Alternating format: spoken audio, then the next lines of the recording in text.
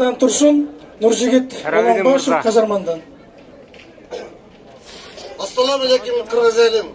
Рахмат бүгүнкү келип, Садыр Нуркожоевич ушундай колдоп бергениңиздер үчүн. Садыр Нуркожоевич өзүн эмес сиздерди ойлоп кече мен аркылуу ушу жазып бердилер. Ушул менин элим чыгып ошол жерде бир кандайдыр бир дагы бир ыңгайсыздыкка туш келбесиндер.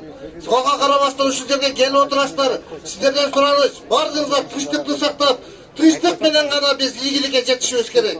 Мына азыр сүйлөшүүлөр жүрүп атат. Президенттин өкүлү чыгып биздин адамдар менен сүйлөшүп атат. Азыр алар келип жоон айтат. Ошол жоон айтканга чейин эч качан мындай чагымчылдарга жол берместен тынчтыкты сактап бериңиздер.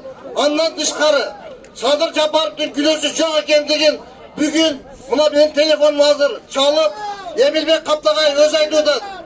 Эмилбек Каптагаев суранып атат. Ошол жерге чыгып айтып кой. Мен бүгүн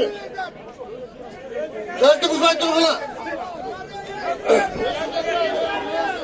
Эмилбек Каптагаев айтып атат. Мен башынан баштап Садыр Нуркожоевичке эч кандай арыз жазган эмесмин. Садыр Жапаровдун бул ишке эч кандай тиешеси жок деп мен баштан бери айтып келдим.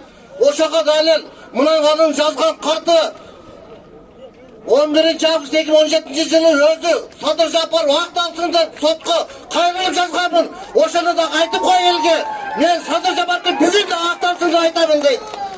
Ошо Эмилбек Каптагаевга мындай терс сөздөрдү айтпаңыздар. Ал киши бүгүн да айтып атат. Садыр Жапаров менин бардыгышыма эч кандай тиешеси жок.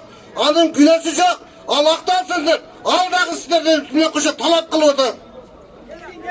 Урматтуу кыргыз элим, Садыр Жапаровдун күнөөсү жок экендигин билгениңиздер үчүн бүгүн кыргыз эли бир тыйынсыз бирөөнүн чөнтөгүндөгү акчасы эмес, өзүнүн акчасына ушундай болуп туруп чогулуп келип атат.